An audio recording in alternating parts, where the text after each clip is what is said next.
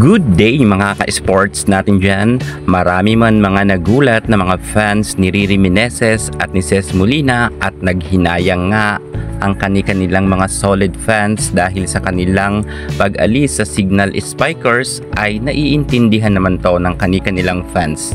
Unang pasabog nga sa pagbubukas ng PVL 2025 ng Signal HD Spikers na wala nga ang kanilang magaling na spiker at ang kanilang team captain na si Ces Molina at ang magaling nilang middle blocker na si Riri Meneses. Sa ngayon, ano na bang kalagayan ni Riri Meneses at ni Ces Molina? Sherwin Malonzo, ang commissioner ng PVL, nagsalita na hinggil sa issue ng pag-alis ni Molina at ni Meneses. Update para sa kanila. Narito na, makakapaglaro pa ba sila? Well, eto na nga ang resulta na. Pero bago ang lahat, kung bago ka muna sa aking YouTube channel, subscribe na, click ang ating notification bell para lagi kang updated sa lahat ng issues sa volleyball.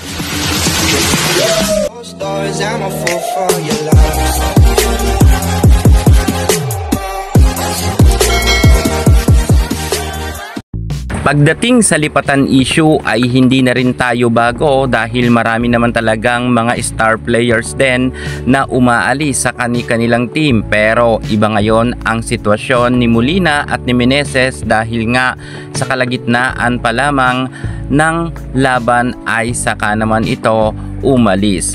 At ano na ba ang kalagayan ngayon ng kanilang career? Makakapaglaro pa ba sila ngayong conference or sa next season na sila babalik?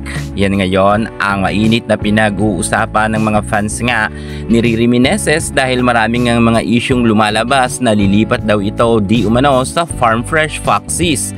Gayunpaman ay nagtapos man ang kanilang kontrata, medyo hindi rin naging maganda ang magiging resulta dahil ayon nga sa pamunuan ng PVL at nagsalita na nga ang kanilang namumuno ay hindi pala makakapaglaro ngayon si Meneses at Molina. Maaaring pwede nga silang lumipat sa ibang team pero ngayon conference ay matitenga sila. Mukhang magagaya nga sila kay Eya Laure kung saan nga ay si Eya ay hindi rin nakapaglaro ngayong conference.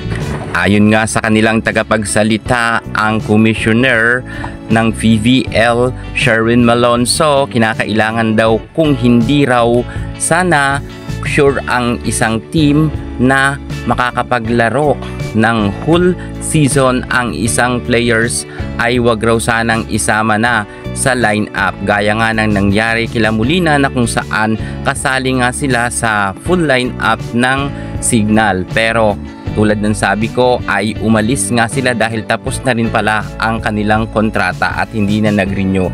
So ayon nga sa pamunuan ng PVL ay hindi raw pwedeng makapaglaro ngayon conference si Molina at si Meneses. Pwede naman silang lumipat dahil tapos na ang kanilang kontrata pero magkikita-kita tayo sa next conference na. Yan nga ang pinaka-update ngayon kay Molina at Meneses. Kaya sa mga fans yan ng ating Meneses at Molina, hindi na muna natin sila masisilayan na maglalaro sa loob ng court. Siguro next conference saka natin makikita muli ang dalawang ito na hahataw nga sa arena. Pero sa kasalukuyan at sa kanilang sitwasyon dahil nga halos kalagitnaan na ng laban ng PVL ay matitenga muna sila. Yan nga ngayon ang naging desisyon ng pamunuan ng PVL. Kayo, anong masasabi nyo kay Molina at Meneses?